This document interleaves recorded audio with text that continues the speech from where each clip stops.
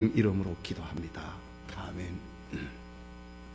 지난 시간에 사도 바울이 들려준 영감의 메시지는 성도가 고난을 받을 때에 어떠한 자세로 임해야 하는가에 대한 것이었습니다.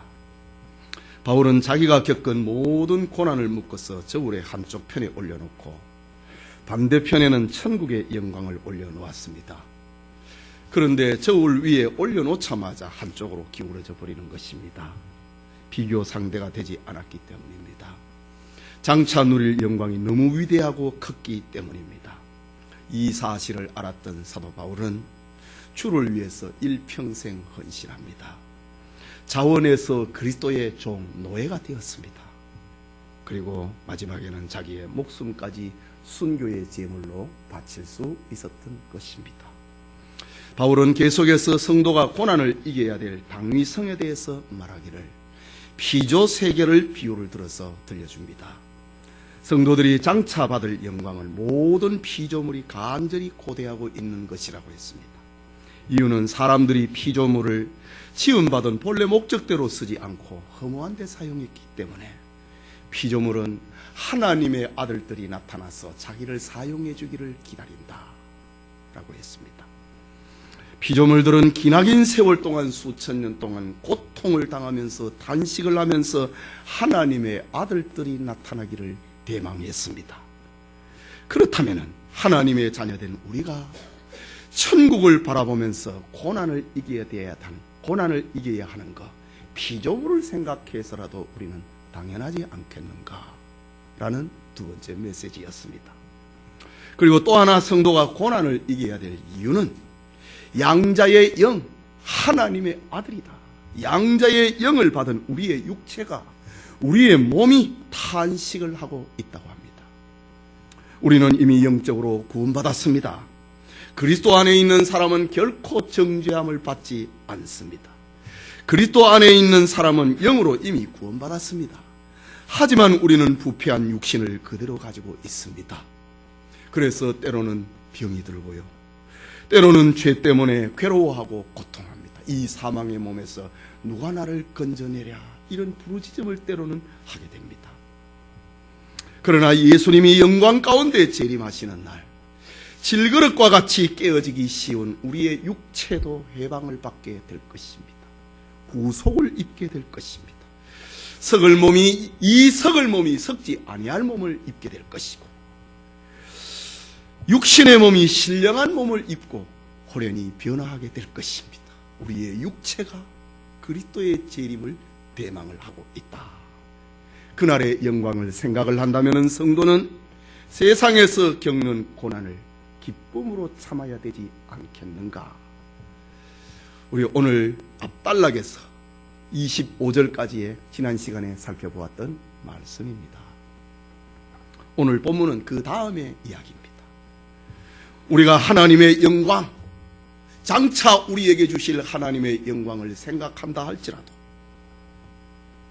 우리가 그 고난을 쉽게 이길 수 있겠느냐?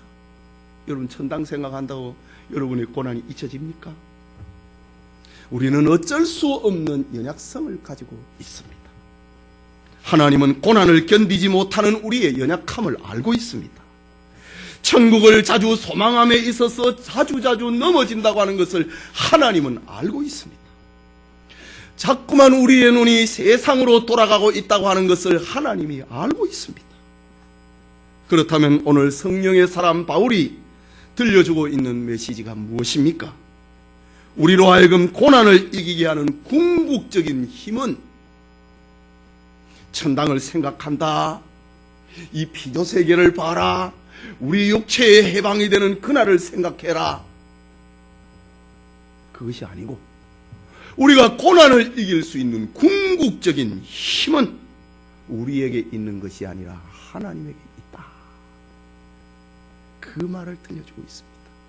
그래서 우리가 어떤 일을 당하여도 우리 다음 시간에 살펴볼 것인데, 하늘에 있는 것이나 땅에 있는 것이, 땅 아래에 있는 것, 천사들이나 권세들이나 정사리나 죽음이나 생명이냐 칼이냐, 하나님의 사랑에서 우리를 끊을 자가 없다. 그 말을 우리가 다음 시간에 들려주게 되는데, 오늘 그 연결고리의 말씀입니다.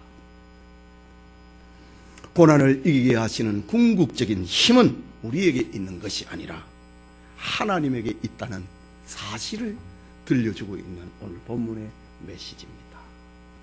이 시간 성령의 도우심이라는 제목으로 로마서 강해 계속하고자 합니다. 말씀을 듣는 우리 모두에게 깨달아지는, 우리의 마음이 읽혀지는 그런 은혜가 있기를 소원합니다. 첫째로 기도를 도우시는 성령님입니다. 26절인데 우리 같이 읽읍시다. 이와 같이 성령도 우리의 연약함을 도우시나니 우리는 마땅히 기도할 바를 알지 못하나 오직 성령이 말할 수 없는 탄식으로 우리를 위하여 친히 간구하시느니라 라고 합니다. 성경은 모든 인간이 연약한 존재라고 정의합니다. 그리스도인이 되었다고 해서 우리가 슈퍼맨이 되는 게 아닙니다. 우리 믿는 자에게 능치 못함이 없다고 하는 이런 말에 우리가 우리의 믿음을 넘겨버리면 안 돼요. 그 말이 틀리는 것은 아니지만은 그 배경과 과정 속에서 그 말을 사용을 해야 되는 거예요. 무조건 믿는 자에게 능치면 뭘 믿는단 말입니까? 도대체 부흥사가 교회를 다 더럽히고 있다고요. 성경은 우리가 그리스도인이 됐다 할지라도, 중성했다 할지라도 우리는 연약성을 그대로 가지고 있다는 말입니다. 이것이 여러분에게 정확하게 진단해 주는 겁니다. 여러분 가운데, 우리 가운데 천사가 되어 있는 사람이 있습니까? 고난을 즐겁다 이렇게 하면서 고난을 견뎌내는 사람이 있습니까? 아무것도 없잖아요. 그럼 나는 믿음이 없는가? 그게 아닙니다. 성경에서 말하고 있는 믿음은, 연약은 믿음이 좋다고 해서 벗어 던질 수 있는 거독과 같은 존재가 아닙니다. 연약은 성령이 충만하다고 해서 슬그머니 사라져버리는 그림자와 같은 것도 아닙니다. 하나님께서는 예수님을 믿는 우리를 천사로 만들어 둔갑을 시켜놓지 않았습니다. 우리를 슈퍼맨으로 만들어 놓지 않았습니다. 그래서 바울은 빌립보서 2장에서는 두렵고 떨림으로 너희 구원을 이루어 가라. 우리가 천당 가기까지 우리 두려움이 온다 이거지, 떨림이 온다 이거지. 그것이 진짜 믿음입니다. 그렇지만 오늘 성경은 우리에게 위로하십니다. 하나님이 우리 속에 성령을 보내갖고 우리의 연약함을 도와준다고 말합니다. 그럼 우리 뭐냐 이거지? 응?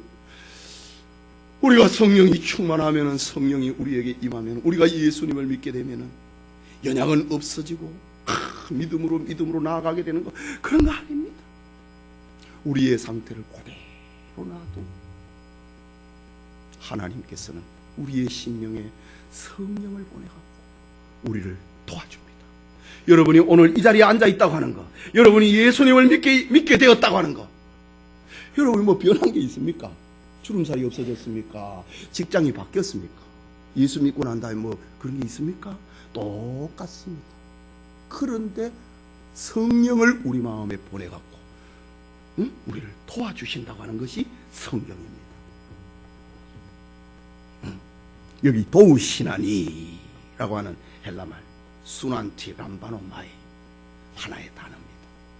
순안티, 안티, 외우기 쉽겠네요. 안티, 순안티 람바노마이. 이 말은 돕는다고 하는 이 말은요, 순이라고 하는 것은 함께라고 하는 전치사거든요. 그리고 안티 람바노마이 합성어가 되어 있습니다. 성령이 우리의 손을 붙잡아준다는 말입니다. 우리의 연약함을 성령이 나누어 가진다고 하는 말입니다. 우리의 연약함을 성령님이 들어준다는 말입니다. 우리가 무거운 짐을 들 때에 우리의 체력의 한계가 느낄 때가 있지 않습니까? 끙끙 앓을 때가 있지 않습니까? 그때에 누군가가 옆에 거들어주는 거 있지요. 성령이 우리를 도우시나니, 이 말은 성령이 우리의 손을 붙잡아줍니다. 가자. 무겁냐? 내가 도와줄게. 그래서 여러분 오늘 이 자리에 앉아 있는 겁니다. 바로 믿음입니다. 그래서 칼빈은 성령의 도우심이 없이는 아무리 신실한 자라도 현재의 고난을 참고 견딜 수가 없느니라. 오늘 본문을 이렇게 추석합니다. 성령의 도우심이 없는 사람은요, 그 어떤 슈퍼맨이라 하더라도 견딜 수 있는 자가, 고난을 견딜 수 있는 자가 없다고 합니다. 우리를 돕는다. 성령님이 우리의 손을 잡아준다는 말, 우리의 짐을 조금 들어준다는 말, 감당할 수 있도록 들어준다. 무거우냐? 내가 좀 들어줄게. 우리의 짐을 줄여준다는 말입니다. 이것이 성령이 우리를 돕는다는 말입니다. 여러분, 고통 가운데 있는 이가 있습니까? 왜 변하지 아니하고 이러냐? 아닙니다. 성령님이 여러분의 무거운 것을 들고 계십니다. 깨닫기 바랍니다. 성령님은 우리의 연약함을 돕기 위해서 하나님이 우리 몸에 보내신 하나님의 영, 그리스도의 영입니다. 성령은 모든 영역에서 우리를 도우시는데 오늘 본문에서는 특별하게 우리의 기도를 들어준다고 합니다. 우리의 기도를 도와준다고 합니다. 왜 성령께서 오늘 성경에는 우리의 수많은 것을 도와준다고 했는데 왜 오늘 바울은 지금 우리가 고난을 이긴다고 하는 이 말을 하면서 성령이 우리의 기도를 도와준다고 말하고 있을까? 이것은 우리의 신앙생활에 있어서 기도가 그렇게 중요하다는 말입니다. 도와준다. 기도를 돕는다 이 말입니다. 내가 기도하는데 어떻게 돕습니까? 내가 짊어지고 있지 않은데 어떻게 돕습니까? 순한티 람바노마이라고 하는 이 말은 손을 잡아주는, 너가 기도하느냐? 내가 너 손 잡아줄게. 너가 짐이 무거우냐? 내가 뒤에서 좀 들어줄게. 앞에서 좀 들어줄게. 이겁니다. 기도를 돕는다 이거지. 그러니까 기도를 해야 되는 겁니다. 기도 없이는 그리스도인으로 살아갈 수가 없습니다. 기도 없이는 고난을 이길 수가 없습니다. 기도 없이는 천국의 영광을 소망할 수가 없습니다. 기도 없이는 피조물의 탄식 소리를 들을 수가 없습니다. 기도 없이는 우리 몸의 궁극적인 소망, 저 영화로운 부활의 몸을 잊기를 원하는 그 소망의 소리를 기도 없이는 못 듣습니다. 기도라고 하는 것이 이렇게 소중한 겁니다. 우리가 기도할 때 같이 들어주고 우리의 손을 잡아줍니다. 하지만 우리는 육신적으로 영적으로 연약해지면 기도의 힘을 잃어버립니다. 기분이 조금만 상하고 내 마음이 무거워지면 기도를 제대로 못합니다. 긴장이 풀리고 세상 맛이 들어가면 우리의 영혼은 캄캄해지고 기도가 막힙니다. 우리 안에 죄성과 연약함은 이렇게 세상에 있는 동안에 기도를 쉬게 만들고 기도에 불성실하게 만듭니다. 그런데 성령님께서, 하나님이 성령을 우리 몸에 보내가지고 우리의 기도를 도와주십니다. 그렇다면 성령께서 우리의 기도를 어떻게 돕는가 이 말입니다. 오늘 성경은 말합니다. 26절에 이와 같이 성령도 우리 연약함을 도우시나니 우리는 마땅히 기도할 바를 알지 못하나. 성령이 우리의 기도를 어떻게 도와주느냐? 우리의 몸 속에 성령이 계시는데, 그래서 우리의 몸은 성령이 계시는 성전이 되었는데 성령께서 우리의 기도를 어떻게 도와주느냐 이거지. 어떻게 손을 잡아주고, 어떻게 무거운 것을 같이 들어주고, 어떻게 고통을 나누어 가지시는가, 그겁니다. 우리가 기도할 것을 알지 못할 때에 도와줍니다. 우리가 살아가면서 어떻게 기도해야 될지, 뭘 기도해야 될지 모를 때가 많습니다. 질병과 가난을 만나고 박해와 멋진 계획이 무산이 되어버렸을 때에 우리는 어떻게 기도해야 될지를 모를 때가 많습니다. 이때에 위험에서 벗어나도록 기도해야 되는 건지, 아니면은 이 위험을 이길 수 있도록 기도해야 되는지, 병을 낫게 해달라고 기도해야 되는지, 병을 이길 수 있도록 해달라고 기도해야 되는지, 위험을 무릅쓰게 해달라고 기도해야 되는지, 안전하게 살게 해달라고 기도해야 되는지, 우리가 무엇을 기도해야 될지를 모를 때가 많습니다. 여러분 그렇지 않습니까? 기도해야 될지, 무엇을 기도해야 될지를 알지 못할 때에 성령님께서 우리의 기도를 도와준다. 기도를 하다가 성령님이 우리 마음속에 야, 기도를 한번 바꿔봐. 저 사람이 바뀌라고 하지 말고 네가 한번 바꿔봐. 우리가 빌 바를, 우리가 무엇을 기도해야 될지를 모를 때에 성령이 우리를 도와준다. 뿐만 아니라 우리는 돌이 떡인 줄 알고 하나님 앞에 기도합니다. 뱀이 생선인 줄 알고 하나님 앞에 기도합니다. 무엇을 기도해야 될지 모르는 겁니다. 예수님의 공생의 말기였습니다. 살로메라고 하는 한 어머니가 자기의 두 아들 야고보와 요한을 데리고 예수님에게 다가왔습니다. 그리고 예수님에게 꾸벅 아들에게 같이 절하자 꾸벅 절을 합니다. 그러면서 예수님이 딱 봅니다. 뭐 때문에 왔느냐, 나에게 무엇을 구하느냐? 예수님이 묻습니다. 그러자 살로메가 말합니다. 나의 두 아들을 주의 나라에서 하나는 우편에 하나는 좌편에 앉게 해주십시오. 예수님이 예루살렘에 입성하면은 로마군들을 다 몰아내고 제사장들을 청산을 하고 새 판을 짜는 줄 알았다 했죠. 그래서 주의 나라가 임하면은 내 두 아들이 3년 동안 예수님을 따라갔고, 내가 보니까 예수님이 이 12제자 가운데 내 두 아들을 아주 사랑하는 것 같은데 어디 갈 때마다 꼭 내 두 아들을 데려가던데, 맞지요? 응? 데려가는 것 같던데 주님의 나라가 임할 때 하나는 오른쪽에 하나는 왼편에 앉게 해주십시오. 이 광경을 보았던 제자들이 화가 났습니다. 누구 둘이 그 옆에 앉으면 우리는 뭐냐 이거지요. 그때 예수님이 말씀하십니다. 너희가 구하는 것을 알지 못하는도다. 네가 지금 무슨 기도를 하고 있는지 모른다. 바로 우리의 기도가 이럴 때가 있습니다. 이것이 기도할 것을 알지 못하는 우리의 연약입니다. 하지만 성령께서 우리에게 바르게 깨닫게 해줍니다. 바르게 기도할 수 있도록 도와준다. 그리고 또 성령이 우리를 어떻게 돕는가? 그 다음에 있는 말씀. 말할 수 없는 탄식으로 우리를 위해 친히 기도한다. 탄식으로 기도한다. 피조물의 탄식 소리를 들었습니다. 우리 육체의 탄식 소리를 들었습니다. 그 다음에 성령이 우리를 탄식하면서 우리의 기도를 도와준다고 합니다. 성령님이 우리 안에서 언제 탄식할까요? 뻔하지 않습니까? 우리가 믿음을 저버리고 죄악을 향하여 달려갈 때입니다. 기도 던져버리고 말입니다. 죄악을 향하여 달려갈 때입니다. 은혜의 자리를 벗어나서 무지의 자리로 가버릴 때입니다.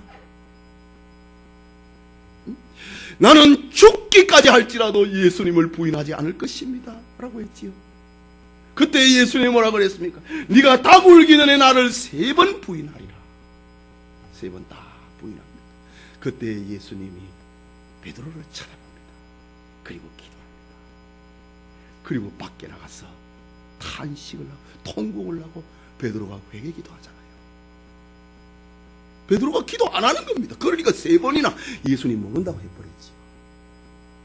우리가 하나님의 말씀을 잊어버리고 하나님의 말씀을 잃어버리고 하나님의 말씀을 아예 기억도 하지 아니하고 세상으로 향하여 나아갈 때에 성령은 우리 안에서 탄식하면서 우리를 위해서 기도를 돕고 있다 라고 합니다. 원망과 불평으로 달려갈 때에, 기도해야 될 시간에 기도해야 될 사람이 기도하지 아니할 때에, 형식적인 기도를 할 때에 죄를 숨겨놓고 청산유수로 기도를 할 때에 성령이 우리 속에서 탄식을 하고 기도한다 이거지. 이미 우리는 22절에서 피조물이 고통을 하며 탄식한다고 하는 소리를 들었습니다. 이처럼 성령의 강구는 우리의 귀에는 들리지 아니하지만 탄식을 합니다. 성령님의 탄식은 우리로 하여금 탄식하도록 만들고, 우리로 하여금 깨닫게 만들고, 우리로 하여금 뉘우치게 만들고, 우리로 하여금 죄를 생각나게 만들고 우리의 가슴을 치면서 회개하도록 만들어주는 것입니다. 베드로가 예수님을 부인했을 때에 예수님이 베드로를 쳐다보면서 기도했다고 하지 않습니까? 내가 네 믿음이 떨어지지 않도록 위해서 기도했느니라. 그러니까 베드로가 가슴을 치면서 통곡을 하고 기도합니다. 이게 성령의 탄식입니다. 성령의 탄식의 결론은 27절의 말씀입니다. 같이 읽읍시다. 마음을 살피는 이가 성령의 생각을 아시나니 이는 성령이 하나님의 뜻대로 성도를 위하여 간구하심이니라. 하나님의 뜻과 성령의 뜻은 일치합니다. 때로는 우리의 연약함으로 말미암아 빌바를 알지 못하고 하나님의 뜻과는 반대되는 기도를 합니다. 때로는 우리의 연약함 때문에 기도를 하지 못할 때도 있습니다. 그러나 성령께서 말할 수 없는 탄식으로 우리를 위해서 하나님의 뜻대로 기도해 주신다. 이게 성령이 우리를 돕고 있는 겁니다. 그러므로 우리의 기도가 서툴고 우리의 기도가 모자란다 할지라도 성령께서 우리를 위해서 우리의 기도를 고쳐주십니다. 그 결과 우리의 기도는 아름다운 향기가 되어서 하나님의 보좌에 끊임없이 연기처럼 향연처럼 올라간다고 요한계시록에 기록하고 있습니다. 그러니 기도해야 되지 않겠습니까? 성령님은 우리의 불완전한 기도를 온전케 만들어주시는 분입니다. 성령님의 도우심과 탄식하심에 감사 찬송해야 되는 그런 은혜가 우리에게 있기를 소원합니다. 그게 둘째로 성령이 우리를 돕는다.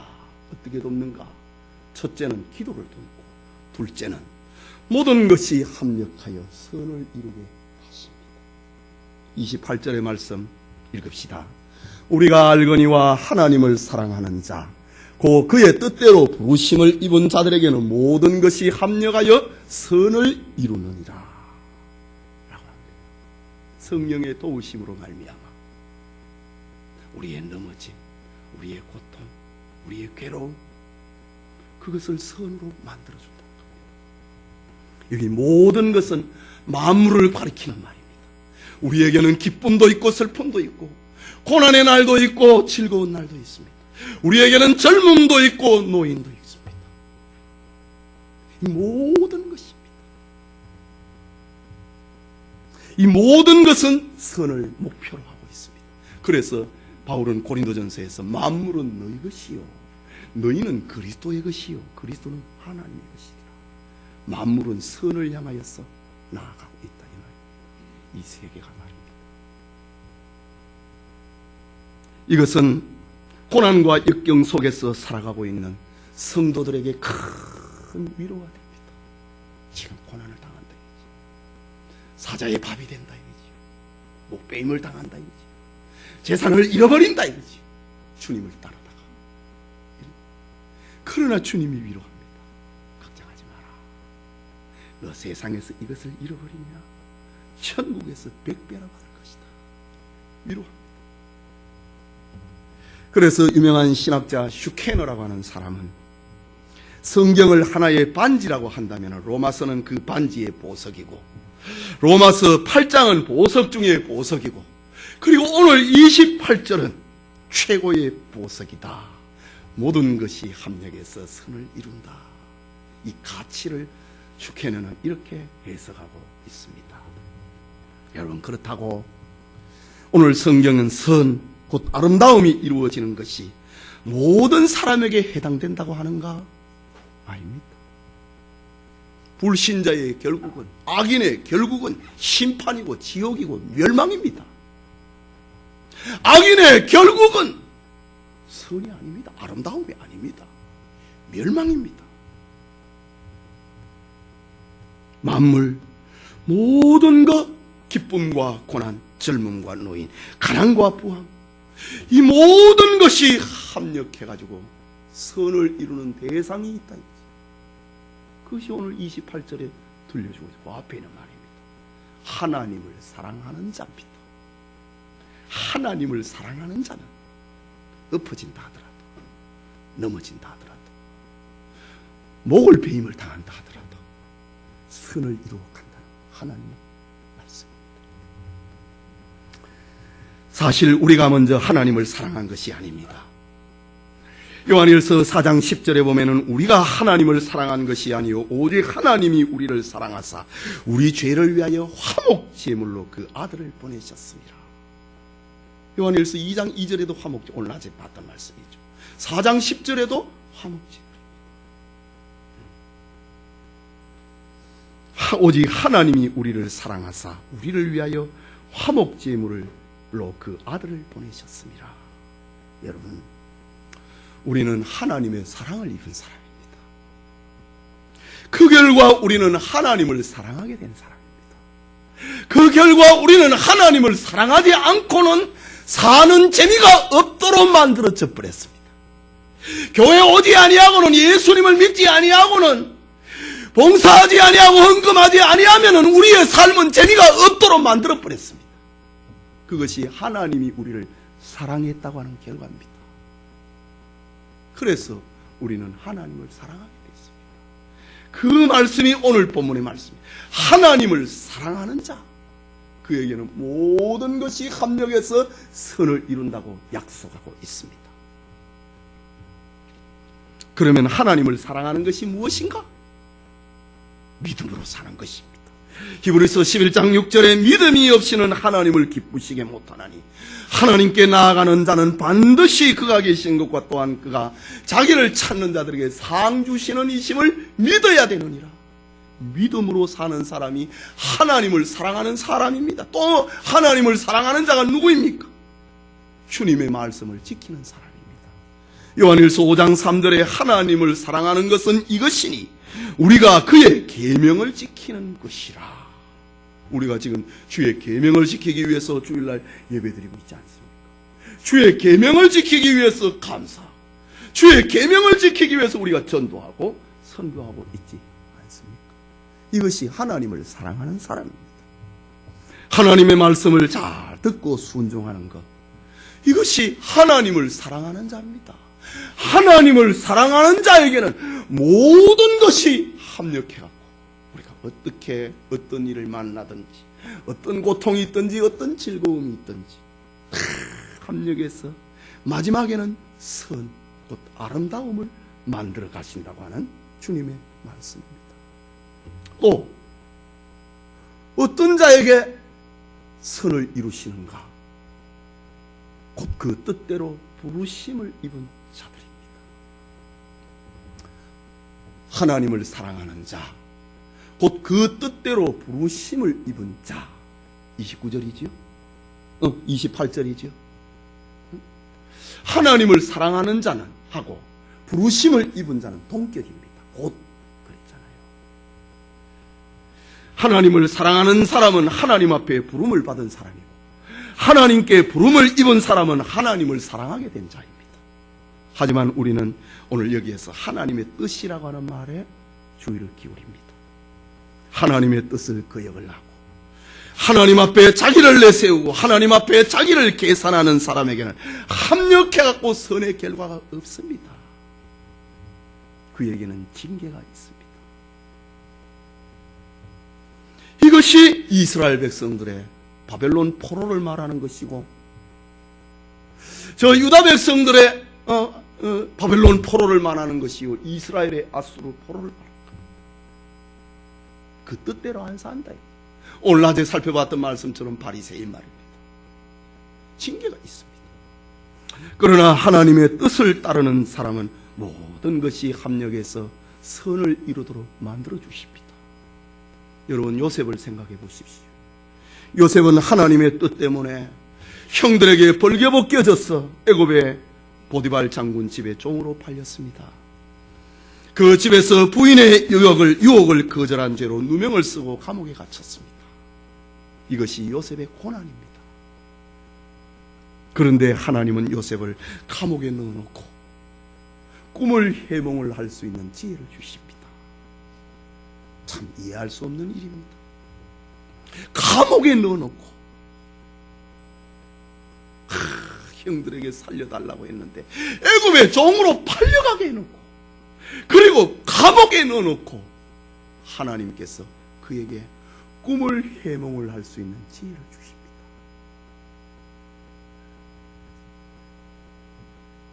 그리고 결국은 바로왕의 꿈을 해몽을 해서 애굽을 살리고 자기 부모 형제를 살리는 애굽의 총리로 만들어냅니다. 이게 모든 것이 합력해서 선을 이루는 겁니다. 이런 하나님의 선을 이루시는 작품 앞에 요셉은 훗날에 이렇게 말합니다. 창세기 50장 20절에 당신들은 나를 해하려 하였으나 하나님은 그것을 선으로 바꾸사 오늘과 같이 많은 백성의 생명을 구원하게 하려 하셨나이다. 형들을 위로하면서 이렇게, 형님들은 날 죽으려고 그랬지만 그러나 하나님은 그것을 선으로 바꾼다고 합니다. 이것이 하나님을 사랑하는 자, 곧 그 뜻대로 부르심을 입은 자에게는 모든 것이 합력하여 선을 이룬다고 하는 샘플입니다. 다니엘이 사자굴에서 믿음을 지키다가 사자굴에서 하나님의 선을 입었습니다. 안 죽었습니다. 다니엘의 세 친구 사드락, 메삭, 아벳누가 저 두라 평지에 세워놓은 금신상에게 절을 하지 않았습니다. 그래서 평소보다 7배나 더 뜨거운 풀무불에 던져졌습니다. 그러나 하나님은 그 세 친구에게 선으로 갚아주었습니다. 참새 한 마리도 하나님이 허락하시지 않으면 땅에 떨어질 수 없다고 하는 것이 주님의 말씀입니다. 심지어 우리의 머리털까지 다 세고 계시는 그렇게 섬세하신 하나님이십니다. 그러므로 우리의 삶에 좋으면 좋은 대로, 슬프면 슬픈 대로 거기서 하나님의 뜻을 찾아야 됩니다. 하나님의 뜻대로 부르심을 이루자. 여기서 하나님의 뜻이 뭐냐? 고난 중에서나 순경 중에서나 욥은 처참한 재난 속에서 하나님의 뜻을 인정을 하고 고난을 선으로 갚아주시는 은혜를 받았습니다. 여러분, 물론 좋은 목적을 세우고 많은 수고를 기다렸는데 그 결과가 좋지 않을 때에 우리가 얼마나 실망하고 피곤해 빠집니까? 그러나 하나님 앞에서는 실망할 일이 없도록 하십니다. 하나님은 믿음으로 한 일에는 반드시 갚아주시는 하나님입니다. 여러분 믿으시기 바랍니다. 그러므로 하나님 앞에 붙들림을 입은 우리는 실패할 수가 없습니다. 믿음으로 행한 일에 결국은 기쁨을 얻게 되고 만족함을 얻게 되고 행복을 얻게 될 것입니다. 하나님을 사랑하는 자, 그 뜻대로 부르심을 입은 자에게 모든 것이 합력해서 선을 이루게 하시는 그것이 바로 성령의 도우심입니다. 여러분, 하나님을 사랑하십시오. 하나님의 뜻대로 살아가도록 애를 쓰십시오. 우리는 연약하지만 연약해서 넘어질 수도 있습니다. 그러나 우리가 몸부림을 할 때에 성령께서는 우리의 모든 삶을 합력해서 선으로 바꿔주시는 분입니다. 새해에 이런 축복이 여러분의 가정의 일터에, 여러분의 개인에게 일어나기를 바랍니다. 마지막으로 성령의 도우심이라고 하는 이것은 궁극적인 구원에 이르게 하시는 성령님입니다. 29절을 같이 읽읍시다. 하나님이 미리 아신 자들을 또한 그 아들의 형상을 본받게 하기 위하여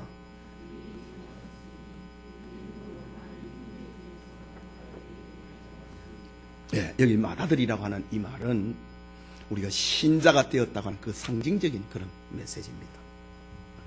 바울은 여기서 하나님이 우리를 선택하시고 우리를 구원하신 신학적으로 예정의 목적에 대해서 하나님이 우리를 왜 선택했는가, 왜 구원해 주셨는가, 그것에 대해서 오늘 29절에서는 말을 합니다. 하나님이 우리를 선택하신 이유는 하나님의 아들의 형상, 곧 예수 그리스도의 형상을 입는 것입니다. 우리가 에덴 동산에서 범죄함으로 말미암아 우리는 하나님의 형상을 잃어버렸잖아요. 깨어져 버렸잖아요. 하나님이 우리를 선택하고 우리를 구원하신 이유는 그 하나님의 아들의 형상을 회복시키기 위함입니다. 우리는 그리스도를 믿고 죄와 사망에서 해방이 되는 그때부터 그리스도의 형상을 본받으려고 하는 생명의 몸부림이 우리에게 일어났습니다. 그래서 죄를 지우는 찝찝하고 회개해야 마음에 시원함을 얻고 기도를 하고 눈물을 흘려야 유쾌하게 되는 그런 생명운동이 우리에게 일어났습니다. 이것을 가리켜서 성화라고 합니다. 성도는 믿음으로 이미 그의 형상을 본받은 자가 되었고 하나님의 자녀가 되었습니다. 그러나 지금 우리의 상태는 완전한 구원이 이루어지지 않았지 않습니까? 그리스도께서 재림하실 때 그리스도의 형상을 우리가 온전히 본받게 될 것입니다. 영화의 단계에 이르게 될 것입니다. 이것이 바로 하나님의 형상을 본받는 겁니다. 에덴 동산에서 처음 아담과 하와가 지음을 받았을 때에 그의 삶의 목적은 방향 하나님의 영광이었습니다. 하나님이 우리를 사랑하시고 우리를 구원하신 궁극적인 목적은 하나님의 아들의 형상을 본받는 것. 이 땅에 살아가면서 하나님의 영광을 목적하고 살아가도록 하기 위해서 하나님이 우리를 선택했다. 하나님이 우리를 구원했다 라고 합니다. 온전한 형상, 그것을 가리켜 영화라고 합니다.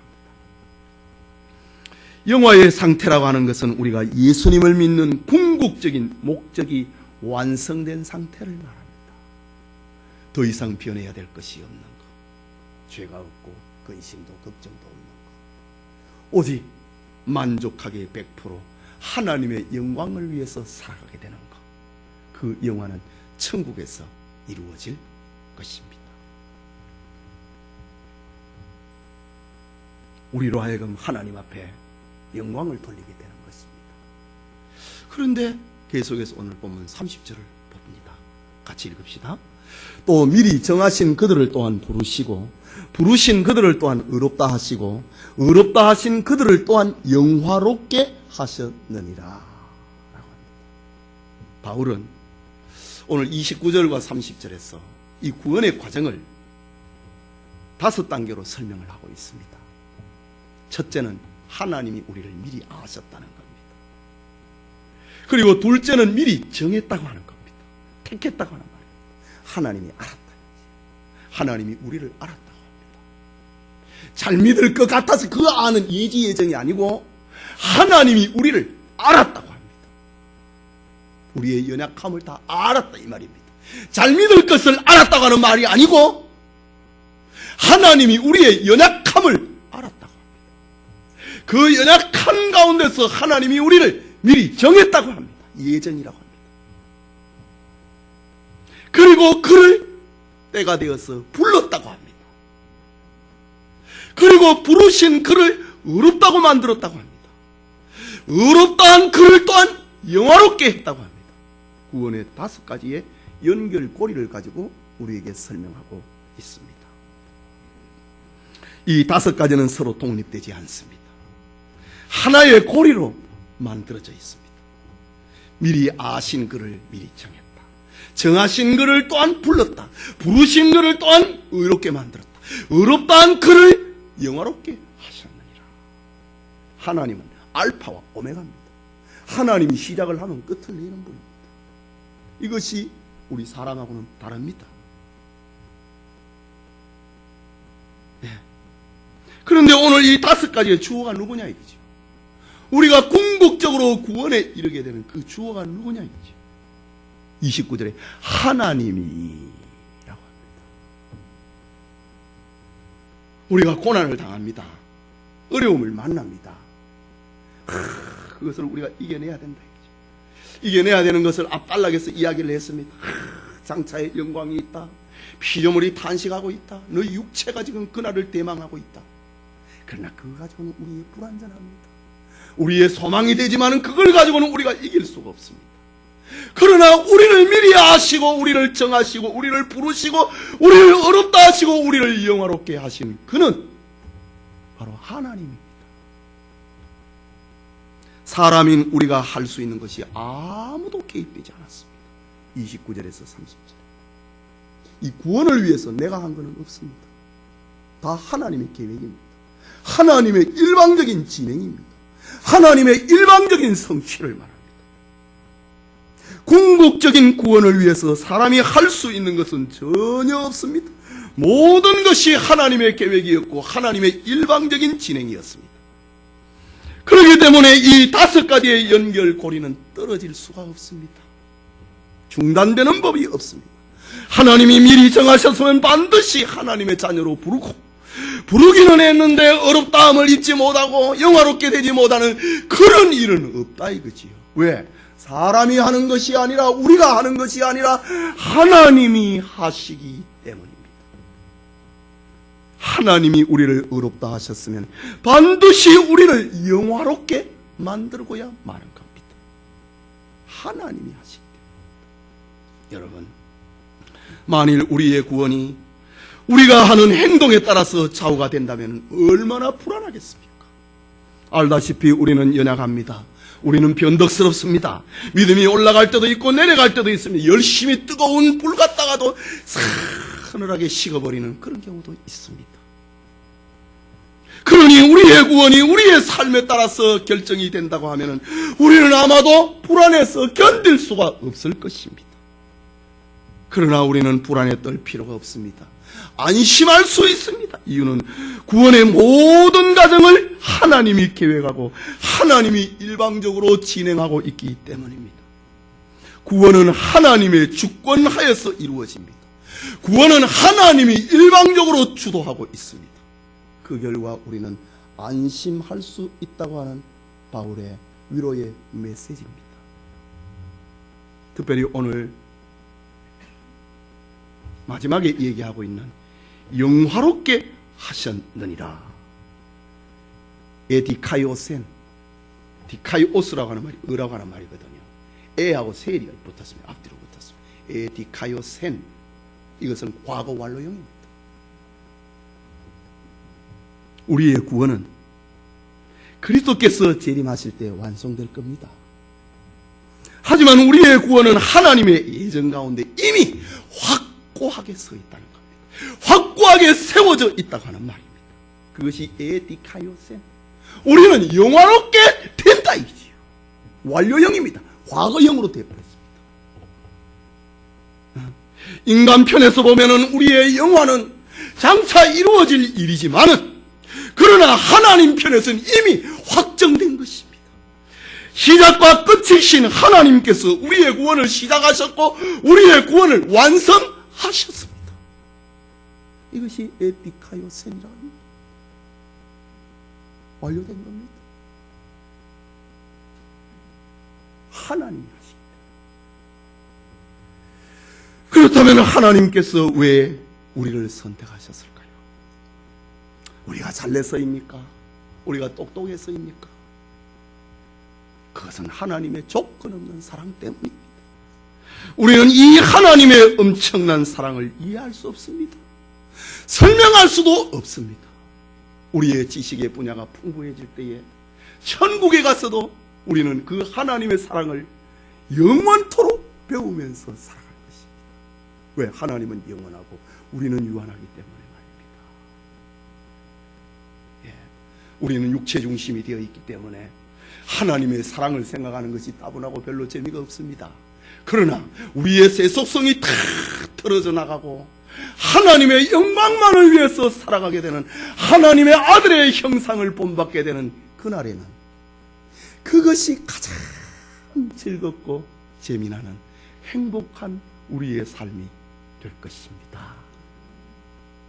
세상 중심이 되어 있으면 별로 의미가 없지요. 그만큼 여러분이 세속에 지금 물들어 있다는 말입니다.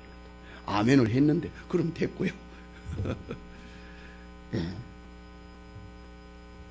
하나님은 하나님의 주권을 이렇게 말합니다.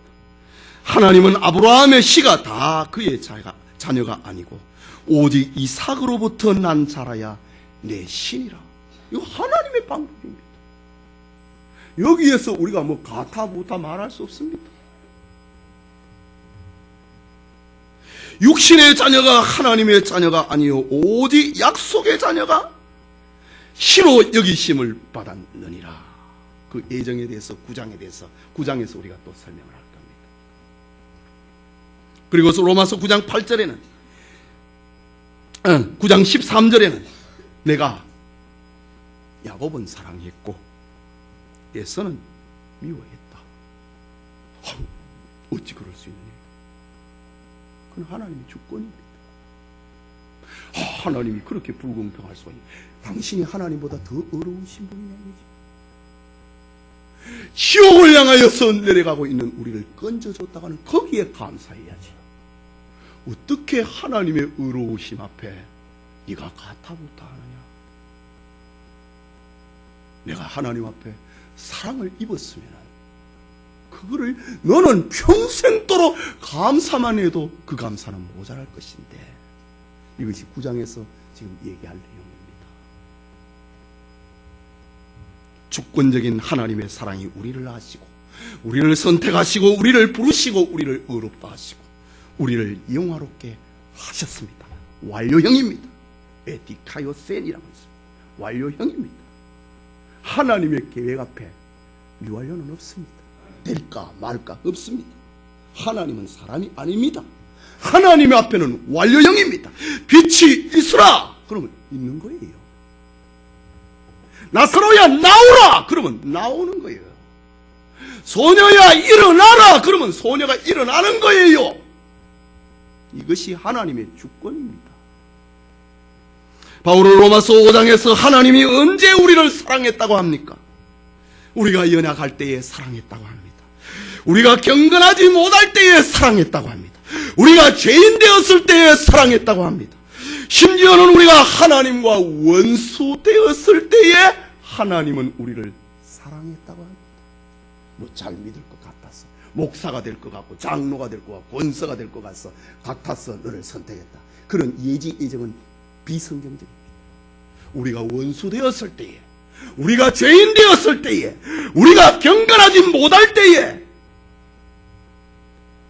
우리가 연약할 때에, 심지어 우리가 하나님하고 원수가 되었을 때에 그 주권적인 사랑이 우리 앞에 나타났다.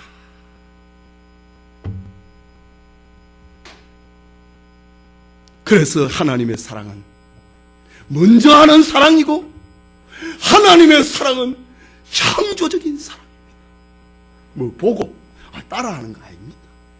황 집사님 은혜를 받으시면 박수 쳐도 됩니다. 예. 하나님이 우리를 먼저 사랑했습니다. 야, 우리가 지금 이 사랑을 받았다면, 여러분의 영의 눈이 열리고 영의 귀가 열리고 여러분의 영의 마음이 뚫린다면 정말 춤을 치고도 모자랄 겁니다. 다윗이 하나님의 법궤가 예루살렘 성전으로 올 때에 너무 좋아갖고 춤을 췄다 합니다. 왕이. 그런데 황후 미갈이 창가에서 이렇게 내다보고 왕을 비웃습니다.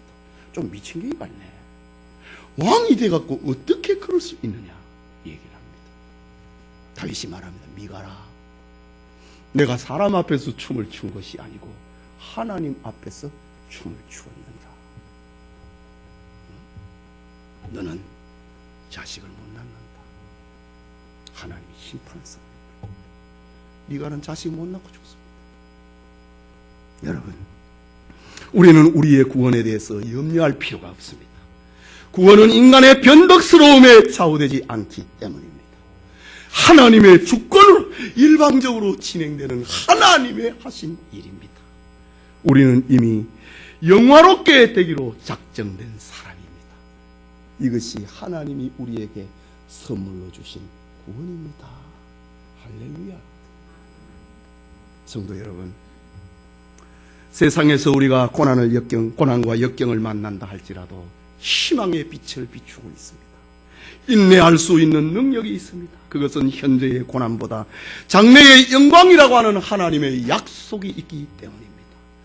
그것은 피조물의 대망이요 우리 육체의 간절한 탄식이요 대망이기 때문에 그렇습니다. 하지만 우리를 천국에 이르게 하시는 궁극적인 힘은 우리의 소망, 저 피조물, 우리의 육체의 탄식, 거기에 있는 것이 아니고 우리의 궁극적 구원의 소망은 하나님에게 있다. 그것을 오늘 바울은 본문을 통해서 들려주고 있습니다. 하나님은 성령을 보내서 성령을 우리 심령에, 성령을 우리 몸에 보내서 우리의 기도를 도와줍니다. 성령님은 우리의 삶의 모든 것이 합력해서 선을 이루어 가도록 도와주십니다. 성령님은 우리로 궁극적 구원의 자리로 인도해 가십니다. 스펄전 목사님이 어느 날 농촌을 방문을 하는 중에 어떤 농장 건물 꼭대기에 돌아가고 있는 바람개비를 보았습니다.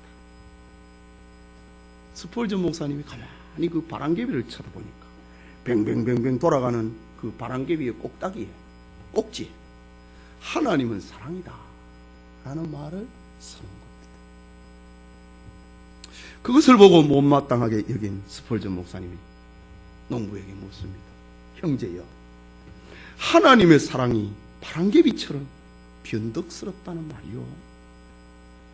뱅글뱅글 돌아가면서 하나님의 사랑이라고 하는 그 휘호가 반짝거리니까. 그러자 농부가 대답합니다. 목사님, 그게 아닙니다. 그것은 바람이 어느 방향에서 불든지 하나님의 사랑이라고 하는 의미에서 제가 달아놓은 겁니다 라고 대답했습니다. 그렇습니다. 바람이 어느 방향에서 불어오든 바람을 따라 바람개비는 돌아갑니다. 바람이 어느 방향인지 어떤 바람인지 상관이 없습니다. 바람개비가 돌아가듯이 하나님은 언제나 우리에게 사랑으로 계시는 분입니다. 2017년 새해를 시작하고 있는 우리 성도님, 성령의 도우심으로 기도의 사람이 되기를 바랍니다. 그러면 여러분의 손을 잡아주실 겁니다. 여러분의 무거운 짐을 성령께서 같이 들자고 해주실 것입니다. 2017년 한 해 동안에 성령의 도우심으로 하나님을 사랑하는 자가 되고 그 뜻대로 부르심을 입은 자가 되어서 모든 것이 합력해서 선을 이루어가는 축복이 있기를 바랍니다. 성령의 도우심으로 구원이 완성이 되는, 완성이 되어버렸다고 하는 이 확신 속에 신자의 길을 갈 수 있기를 바랍니다. 우리에게 임재하신 성령님을 환영하고 우리의 생각, 우리의 의지, 그리고 우리의 고집을 버리고 성령님을 의지하고 신뢰하는 축복이 우리 모두에게 충만하기를 소원합니다.